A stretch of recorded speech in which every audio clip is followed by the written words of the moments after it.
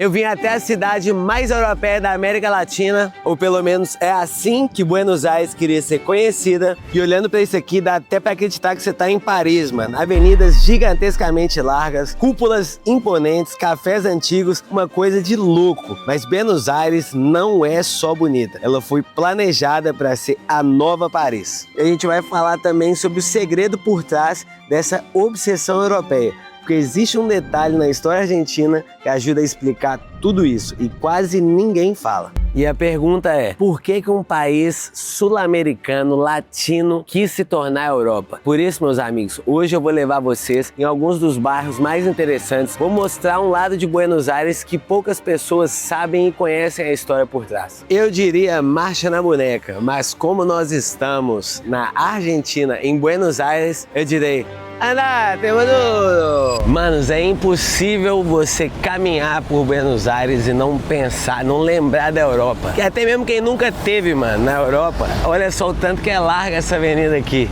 Ela é nada mais, nada menos do que a avenida mais larga de todo o planeta. São mais de 16 faixas de carro, pra vocês terem uma ideia. É larga demais. E aqui é também conhecido como o famoso foco da dengue, Avenida 9 de Julho. É aqui que basicamente se tem alguma celebração, eles celebram aqui. Você deve ter visto quando a Argentina ganhou a Copa do Mundo, esse lugar está completamente infestado de argentinos. Olha, mais uma coisa eu vou falar com vocês, hein? E eu estou aqui já há alguns dias e apesar de ver muito lixo e muitas pessoas em situação de rua, eu também me senti seguro, mano. Me senti seguro. Até os taxistas que eu já conversei me falaram que sentem que a cidade está segura. Você vê muita presença de policial para todo lado também. Você vê as mazelas da nossa linda e querida América Latina, mas você sente também segurança. Pelo menos falo da minha parte. E você vê aqui, ó, polícia por toda parte, mano. E essa aparência daqui europeia, meus campeões e minhas campeonas, ela não é por acaso, porque no final do século 19, 20 ali, que tava vindo muito europeu de todos os lados, a cidade crescendo, a Argentina um dos países mais ricos, aí começou a vir muito investimento, aí começou a vir o sonho de se tornar a Paris fora da Europa. Lembra muito aquelas avenidas bem largas assim dos países de antigo, nossa senhora, do passado comunista. Que isso? Tem um pombo ali reproduzindo. Essa é, meus amigos, a cidade de Buenos Aires. Nós vamos agora dar uma boa volta. Vou mostrar pra vocês o que faz essa cidade tão maravilhosamente interessante, mano. A primeira vez que eu vim aqui, há 7 anos atrás, eu me apaixonei. Eu falei, mano, que cidade azeitada, que cidade besuntada. E eu vou levar pra vocês nos bairros mais azeitados. Venham comigo no caminho, eu explico pra vocês. Vamos embora. ¿Cuáles son los puntos que...? ¿Punto flojo? Sí. Todo. Mano, pode parecer um detalhe, mas não é. Olha só, do asfalto desses paralelepípedos aqui até essas varandas, mano. Tipo assim, isso aqui tem uma vibe Europa, Paris, demais. E a sensação que eu tenho é que caminhando pela maioria dos bairros aqui, você vê isso. Isso aqui é o projeto, né? Projeto Paris-Buenos Aires. É bonito, viu? Ninguém pode falar que não é bonito. Quer você goste ou não de Buenos Aires, é bonito. Uma coisa que eu acho interessante, o tanto que a Mafalda reflete a personalidade questionadora e resmungona dos argentinos. Se liga só, nessa xícara aqui de tomar café, apenas a pessoa bota o pé na terra, acaba a diversão. Você pode ler 1000 notícias sobre a Argentina, pode ler livro de história, mas às vezes 10 minutos de conversa com um taxista te explicam sobre um país de um jeito que nenhum gráfico consegue. E assim, seja no táxi, no balcão do bar, eu sinto que a viagem, ela deixa de ser só turismo e vira uma parada mais real, é justamente nessas conversas. Só que óbvio que para acessar esse lugar, para conseguir ter essa troca, tem que ter uma coisa, né? Que é o idioma. E, mano, você não precisa ser fluente não, tá? Você precisa entender o básico, que é fazer uma pergunta, entender uma resposta, puxar uma conversa. Só isso, mano, já muda completamente a forma como que você entende e vive o lugar que você tá indo. E é justamente por isso, meus amigos, que eu comecei a estudar francês com a Babel. Porque assim, em Buenos Aires, você consegue falar espanhol. Mas como em breve eu tô indo para a África, o francês por ali naquela região, especialmente que eu vou, ele pode abrir muitas portas. E é óbvio que eu quero viver o país de uma forma mais profunda, o jeito que é o mix, vocês estão ligados. Não é só chegar nos lugares, fazer mímica, apontar para um lugar, apontar para outro. É realmente conseguir entender o que as pessoas vivem. E para isso tem que conseguir trocar alguma coisinha de ideia. E é óbvio que nessa jornada, meus amigos, a Babel tem sido a minha parceira, porque ela é um dos melhores aplicativos de aprendizado de idioma no mundo. Je suis Marc. Enchanté. E sabe o que eu mais curto? É que no método deles são várias lições pequenininhas focadas em conversação da vida real, igual a gente tem quando tá viajando. As lições são bem curtinhas, cerca de 5 minutos, e elas trazem umas situações que você realmente viveria viajando. Pedir comida, entender uma indicação, começar uma conversa com alguém. E além do francês, a Babel tem 14 idiomas disponíveis, como inglês, espanhol, italiano, alemão, português e vários outros. Você tem Marion? Oui, bien sûr. E uma outra coisa importante também é que as lições da Babel, elas foram criadas por mais de 200 especialistas em idiomas. Então isso faz uma diferença para você não ficar só decorando palavra solta. Você aprende o que de fato você vai usar, as frases e as estruturas do dia a dia mesmo. Então, ó, se você quer simplesmente viajar se comunicando melhor, ou então aprender um novo idioma para se qualificar mais para o seu emprego, usa o meu link e baixa o aplicativo da Babel, que você vai ter descontos exclusivos na sua assinatura. Gente, para de enrolação de deixar para aprender um novo idioma para o ano que vem. Usa esse desconto aqui que está fixado no primeiro comentário e na descrição também do vídeo. Então, ó, um beijão e vamos voltar pro vídeo. Uma coisa que faz Buenos Aires parecer Paris não é somente a arquitetura. Meus amigos, vou falar pra vocês. Antes mesmo de conhecer a Europa, acho que a coisa que mais me chamou a atenção aqui, quando eu tava pousando o avião, mano, há 7 anos atrás, é a quantidade de área verde que tem. Pra vocês terem ideia, são mais de 500 mil árvores. É um dos números mais altos em grandes cidades de toda a América Latina. E, mano, olha só pra vocês verem se essa não é a árvore mais bonita que vocês vão ver na vida de vocês.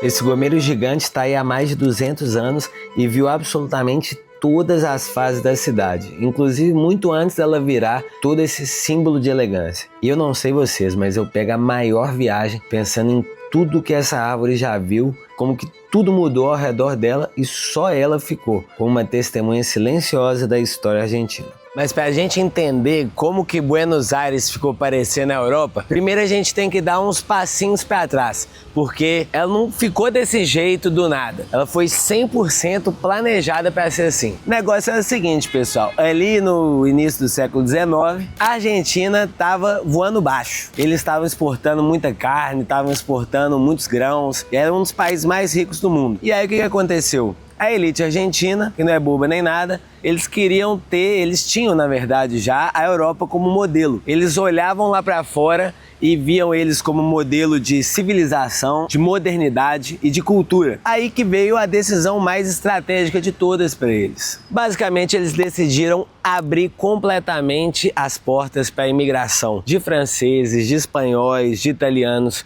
E foi assim que Buenos Aires e a Argentina virou uma espécie de experimento, tipo uma Europa fora da Europa, uma extensão da Europa aqui desse lado do mundo. E um dos principais objetivos era branquear a população. E obviamente, né, para pensar, isso acabou moldando de várias formas a cidade. Sim, meus amigos, branquear a população. Lembra daquele segredo obscuro que eu falei no começo? É exatamente esse. Porque quando a Argentina decidiu parecer a Europa, ela também começou a contar uma história mais branca sobre si mesma. Hoje, se você olha na seleção argentina, por exemplo, na Copa, você praticamente não enxerga pessoas negras, mas isso não quer dizer que elas nunca existiram. Na verdade é o contrário. No começo do século XIX, cerca de 1/3 de Buenos Aires tinha origem africana. Eram trabalhadores, soldados, músicos, mães, gente que ajudou a construir a cidade. Só que o que veio depois foi um processo de guerras, epidemias, miscigenação, imigração europeia em massa e apagamento.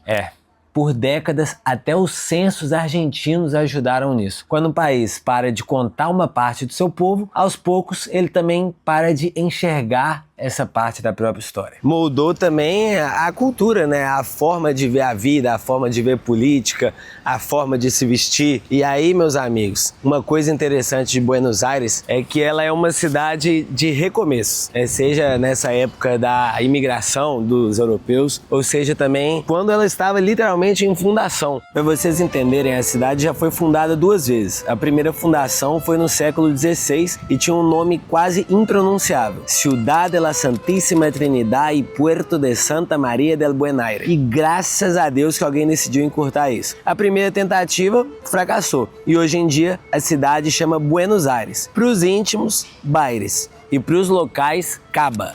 Ciudad Autônoma de Buenos Aires. E o interessante é ver que, já que essa cidade aprendeu a recomeçar, ela também aprendeu a escolher o que ela quer deixar dentro e fora da narrativa na hora que o assunto é relembrar. E aí, meus amigos, não só Buenos Aires, mas a Argentina deixa de ser só arquitetura e estética europeia e começa a ganhar identidade. Ok que Buenos Aires foi desenhada para parecer a Europa, mas uma cidade não é feita só por quem planeja. Ela é feita também por quem trabalha, pega ônibus, paga aluguel e tenta viver com dignidade. E quando você começa a conversar com quem vive aqui, você percebe que existe uma Argentina que não aparece só nas fachadas. Tem uma Argentina mais popular, mais política, mais contraditória. E talvez, meus amigos, nenhuma palavra carregue melhor essa contradição do que até hoje a palavra que divide o país: peronismo. Entonces, más que un partido, es un movimiento el peronismo, ¿entendés? Y es un rejunte de todo. Por eso pudo haber gobernado acá el peronismo un tipo como Carlos Saúl Menem, que era de derecha, después Néstor Kirchner, que era más de izquierda, después de derecha, gente de izquierda, gente de cualquier ideología. ¿Y a ti te pareció bueno o no tanto el peronismo? Lo que era el peronismo en sí fue bueno, porque fue el único que le dio a la clase trabajadora la posibilidad de tener una casa, de tener estudios, ¿entendés? Sí. A ver, viver dignamente. Exatamente. Mas olha, se Buenos Aires foi desenhada para parecer a Europa, eu vim aqui num lugar e cheguei exatamente no momento que está começando, em uma manifestação que demonstra que de Europa não temos nada. Isso aqui é o sangue latino puro. Acabou de começar uma das manifestações aqui, as pessoas se juntando.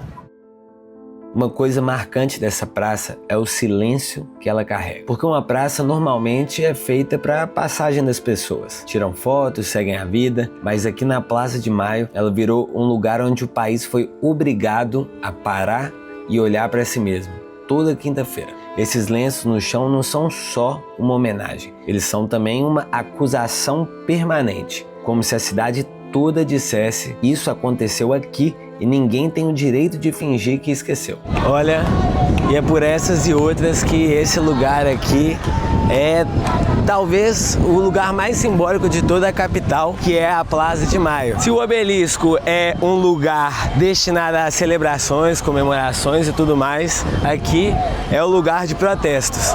Ali na frente a gente tem as Madres de Maio, que estão há mais de 50 anos protestando, e ali a gente está vendo um protesto do povo contra o presidente Milei, que estão chamando ele de fascista, estão chamando ele de terrorista, enfim. O pouco que eu consegui assim, caminhar, as pessoas, pelo que eu posso ver, estão muito chateadas com a situação econômica do país. É um lugar de protesto. Também é um lugar de muita história, que foi onde governos caíram, foi aqui que foi declarada a independência em maio de 1810, por isso o nome da praça, Praça de Maio, é lugar, mano, aqui a história do país passa por esse lugar aqui.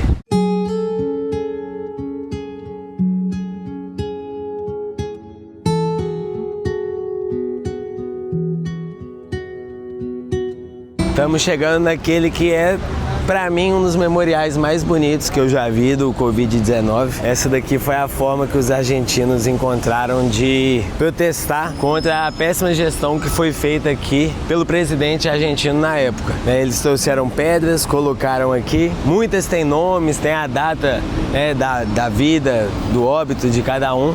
Essa é uma das coisas que eu acho mais foda de Buenos Aires e dos argentinos, é que eles não escondem suas feridas. Eles colocam elas no chão e no meio da cidade. Porque quando um país esquece rápido demais, a história costuma voltar pela porta dos fundos.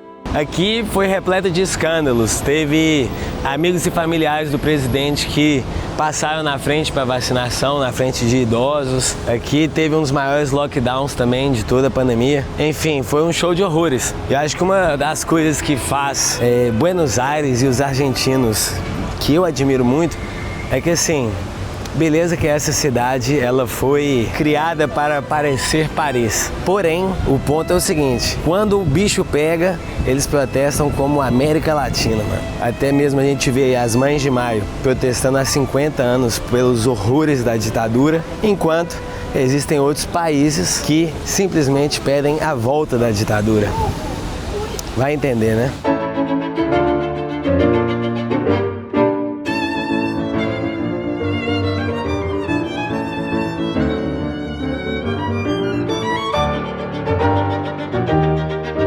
Amigos, e por falar em parecer Paris, se liga só nesse lugar aqui, a Catedral Metropolitana. Gente, dá uma olhadinha bem nisso aqui por fora. Poderia estar em Paris, poderia estar em Roma. Vocês não vão botar fé o tanto que isso aqui é diferente por dentro, ó.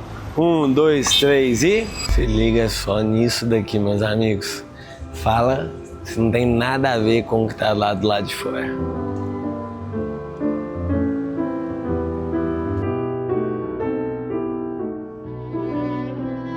E apesar de que do lado de fora existe muito essa estética de país europeu importado, aqui do lado de dentro está o libertador da Argentina. Mas chamar San Martín só de libertador da Argentina é pequeno demais. Ele foi uma das figuras mais importantes da independência da América do Sul. E isso fica claro no túmulo dele, porque ao redor desse sarcófago aqui existem 3 figuras femininas, que representam Argentina, Chile e Peru. Esses 3 símbolos ajudam a mostrar um pouquinho do tamanho real desse homem. E isso para mim é uma das coisas mais interessantes e uma das maiores contradições de Buenos Aires. Porque por fora a cidade muitas vezes tenta parecer europeia. Como eu já falei, nas fachadas, nas avenidas, nos cafés, em toda a estética. Mas aqui dentro está enterrado um dos maiores símbolos da independência latino-americana. Enquanto a elite olhava para a Europa como modelo, a história real do continente estava sendo escrita com guerra e sangue latino. E é justamente o que o San Martín representa. Não uma Buenos Aires europeia, mas uma Buenos Aires da América do Sul, que tentava existir por conta própria. Bom, meus amigos, chegamos naquele que talvez seja o bairro mais charmosinho, gostosinho no azeite, que é San Telmo. Mano, o primo de vocês aqui falou em feirinha, mano. Eu fico feliz, velho. Já mostro pra vocês o que eu comprei aqui e o porquê que eu decidi vir pra esse bairro, porque ele realmente... Aqui, mano, aqui é onde tudo acontece.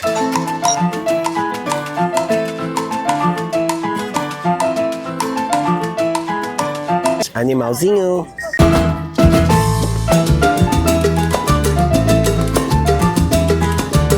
Meus amigos, eu já falei que aqui é um dos lugares onde nasceu o tango. Olha isso daqui. A quantidade de gente parando para observar.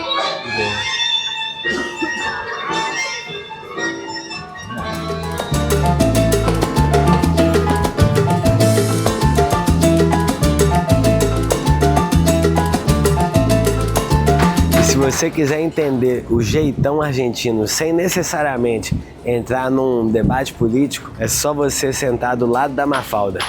Porque, mano, a Mafalda ela foi criada nos anos 60 e ela reflete bem esse pensamento questionador que põe o dedo na ferida e que questiona mundo, que questiona política, que questiona guerra, que questiona todas essas narrativas que são vendidas pra gente. E, mano, ela tá por todo lado, ela é uma febre aqui. E eu vou te falar, eu sou muito fã. Eu, quando comecei a estudar um pouquinho mais sobre o que eu ia falar pra vocês, o que a Mafalda representava, eu vi o tanto de tirinha massa que ela tem. E ela foi criada num momento de super instabilidade política aqui, e eu acho que ela reflete demais o argentino. Pouco mais de meia hora caminhando aqui em San Telmo, eu tive a oportunidade de as pessoas me abordarem, verem que eu tô falando com a câmera, e elas querem dar a opinião delas, entendeu? Então, assim, porque Buenos Aires, a Argentina, e eu acho que de certa forma a América Latina, é isso, né, mano? É você que quer expor seu ponto de vista, você quer ser escutado, já que o seu governo muitas vezes não te escuta, o fulano da esquina vai ter que te escutar, entendeu? E isso não é europeu, isso é latino. E eu me identifico muito com isso e eu gosto muito disso. Mano, e uma coisa legal de San Telmo é o seguinte: você simplesmente tá andando pela rua e aí começa a ver um antiquário mais brabo do que o outro, mano. Olha isso daqui. Olha só, mano. Olha essa câmera, faça, né? Sensa. Isso aqui, mano, tudo à venda. Esqueça tudo. Mano, Buenos Aires, eu vou te falar um negócio, viu? Olha ali, ó. A louca do antiquário. Tanto que eu moraria nessa cidade, que é uma sacanagem, viu?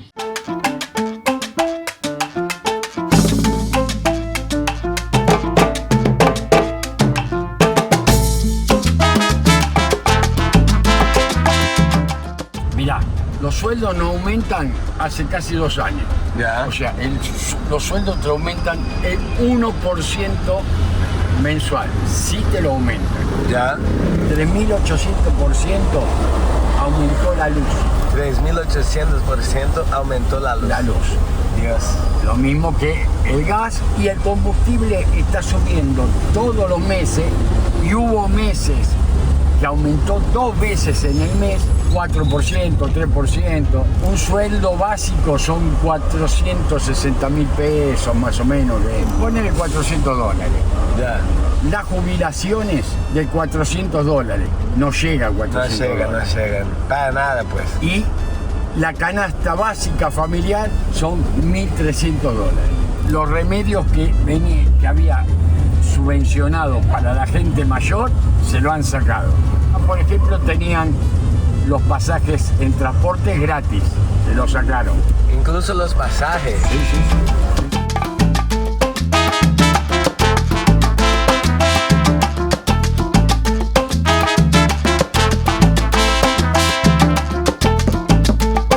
Eu sei que eu falei com vocês que Buenos Aires é a cidade mais europeia da Argentina. Só que tem uma coisa curiosa, especialmente do Caminito, que é o lugar talvez mais turístico de toda a Argentina. Olha só pra vocês verem. É que tá bom, pode até ser que aqui seja a Europa da América Latina, mas se tem uma coisa que eu acho que é muito do povo, muito do latino, é se virar com o que tem. Se liga só, as casas aqui são coloridas por um motivo que é super prático. Basicamente, quem morava aqui eram trabalhadores do porto que fica aqui do lado, a poucas ruas de onde eu tô aqui agora. Eles usavam os restos das tintas dos navios para pintar as casas. E como que a tinta nunca era o suficiente para pintar uma casa inteira, eles acabaram tendo que pintar de várias formas. E aí criou esse conceito, essa forma aqui bem única do Caminito, e acabou se tornando um ponto turístico. Da hora demais, né não? Isso, se me perguntarem, eu não acho que é europeu. Quem diria que um lugar como esse daqui, né, que era lugar da classe trabalhadora dos portos, que faltava tinta e eles tinham que pintar de vários jeitos diferentes, ia se tornar o lugar mais turístico da cidade. Nunca se sabe realmente, né, o dia de amanhã. Mas eu acho um charme demais. Olha só, mano, e mais uma vez o Diego está aqui por absolutamente todos os lugares, mano. Olha só que charme o bairro, mano. Isso aqui, dia de jogo do Boca, você esquece.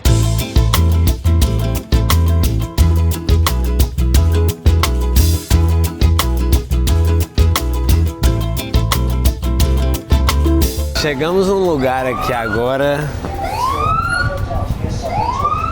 Mano, vou falar uma coisa pra vocês, pra devoção, realmente é uma devoção que eles têm com o Maradona aqui. Eu não sei, eu sinto que é maior do que, por exemplo, aqui os brasileiros têm com o Pelé. É a sensação que eu tenho. É porque eles aqui, mano, é um nível de amor, assim... Não sei se é porque no Brasil a gente teve mais ídolos da seleção, não sei dizer, né? Vocês podem até discordar de mim, mas é o nível, assim, de pessoas que chamam Diego por causa do Maradona, é uma parada, ele é onipresente, em qualquer feirinha que você vai, em qualquer lojinha de que vende bugiganga, quiosque, tem alguma coisa do Maradona, entendeu? Tipo assim, você não vê isso do Pelé, você não vê isso, entendeu? É a sensação que eu tenho. É, meus amigos, mas é aquela coisa, né? Como toda cidade gigantesca, que tem várias caras, se San Telmo, por exemplo, é a alma, aqui a gente está num lugar que é a vitrine de Buenos Aires. Acho que todo mundo que vem aqui pelo menos uma vez vem aqui, porque venhamos e convenhamos, mano, é uma das áreas mais agradávees. Parece até mesmo outra cidade, tá ligado? Tipo assim, é como se fosse a versão atualizada, capitalistada, globalzona daquele antigo sonho europeu. Se liga só, mano. Fala se tem cara... Falo tanto que isso aqui, por exemplo, não é diferente de um San Telmo da vida que a gente estava agora há pouco. A ideia aqui é prédios espelhados gigantescos para todo lado, multinacional gigantesca, banco chinês, consultorias globais como tipo a Oracle. A maioria desses prédios aqui, ó, são esse tipo de empresa, só com os engravatados multimilionários. Achou salsicha maravilhoso, te amo. E sabe o que é o mais interessante disso tudo? É que Puerto Madero nasceu como um símbolo de modernidade no final do século XIX. A Argentina estava uma potência agroexportadora gigantesca e aí Buenos Aires crescia muito rápido e precisava de ter um porto moderno e aí construíram esse daqui. Só que como o mundo mudou muito rápido e os navios acabaram ficando maiores, essa estrutura aqui acabou ficando pequena e em poucos anos ela já estava ultrapassada. Então acabaram que construíram outro porto e esse aqui ficou abandonado. Mano, e pra mim o mais irônico disso tudo é que o que nasceu como símbolo de progresso acabou virando ruína, até que décadas depois decidiram reinventar e transformaram esse bairro daqui que estava abandonado em um bairro de luxo completo, hoje sendo o bairro com os APs mais caros por metro quadrado daqui disparados. Aqui, um taxista me falou que só mora famoso presidente e narco. Então assim, eu acho engraçado porque é tipo uma metáfora da própria Argentina, né? Ciclos de ascensão, ruptura e recomeço. E como não podia ser diferente, já que a gente está na América Latina, meus amigos, a poucos metros daqui, se a gente caminhar um pouquinho mais, cruzando ali a ponte, a gente vai dar na Vila 31, que é considerada a favela mais perigosa daqui, que é o neném chora e a mãe não vê mesmo. Ou seja, aqui a gente tem o metro quadrado mais caro e a poucos metros daqui, menos de 1 quilômetro, a gente tem a Vila 31, é casas empilhadas, é a rua de verdade, é a América Latina de verdade. Um retrato muito fiel da nossa querida América Latina, ou do pedaço mais europeu dentro da América Latina. É isso, Buenos Aires. Eu vim para a cidade mais europeia da América Latina e vou falar para vocês. Tudo bem, Buenos Aires pode ter sido desenhada pensando na Europa, ter os cafés parisienses, a arquitetura de Madrid, mas ao mesmo tempo Buenos Aires foi construída como América Latina. Ela foi vivida, sentida como América Latina, mesmo que tenha sido planejada pensando na Europa. E eu acho que é isso que faz ela tão interessante, tão contraditória. Aqui não tem dessa de ou um ou outro, ela é os dois. Então, depois de ter viajado o mundo inteiro, eu digo para vocês, com certeza absoluta, aqui é uma das minhas cidades favoritas no mundo. E é por isso, sabe? Eu lembro que a primeira vez que eu vim pra cá, eu tinha viajado pra 3 ou 4 países só. Eu olhava pra beleza da cidade e falava assim, não, mano, que coisa diferente, coisa bonita, sem saber que parecia a Europa. Mas no meio dessa Europa tem esse caos latino que eu tanto me identifico, que eu tanto gosto e amo. É isso, meus amigos. Me diga aí nos comentários se vocês amam Buenos Aires também. Vou ler, vou responder vocês. Espero que vocês tenham gostado. Um beijão e é nóis!